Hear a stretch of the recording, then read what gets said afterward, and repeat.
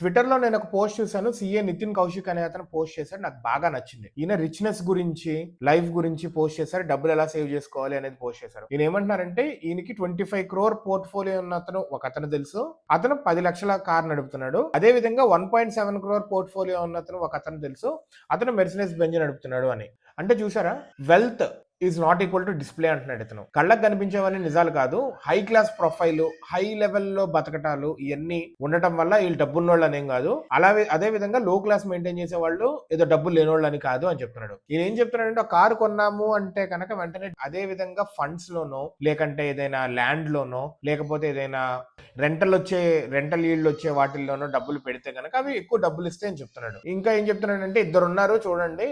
Person ఏ ఇతనేమో life style చిన్న దాంట్లో పెట్టుకుంటున్నాడు. స్టాక్స్ లో, ఫండ్స్ లో, రెంటల్ వచ్చే వాటిల్లో, రియల్ ఎస్టేట్ లో, కాంపౌండింగ్ అయ్యే మనీ వీటిలో డబ్బులు పెట్టాడు. పర్సన్ బి ఉన్నాడు ఎక్కువ ఈఎంఐ, లో ఇన్వెస్ట్మెంట్స్ అండ్ వాలిడేషన్ చేంజ్ చేస్తున్నాడు. అంటే పక్కన వాళ్ళు వీళ్ళు ఏమనుకుంటారు, వాళ్ళు ఏమనుకుంటారు అని చెప్పి. సో ఎట్ ద ఎండ్ కొన్ని సంవత్సరాలు అయిన తర్వాత ఎవరు పర్సన్ ఏ డబ్బు వచ్చిన తర్వాత రిచ్ కనిపిస్తాడు. రైట్? ఈ పోస్ట్ నాకు నచ్చింది, మీతో షేర్ చేద్దాం అనిపించింది. Would like to share.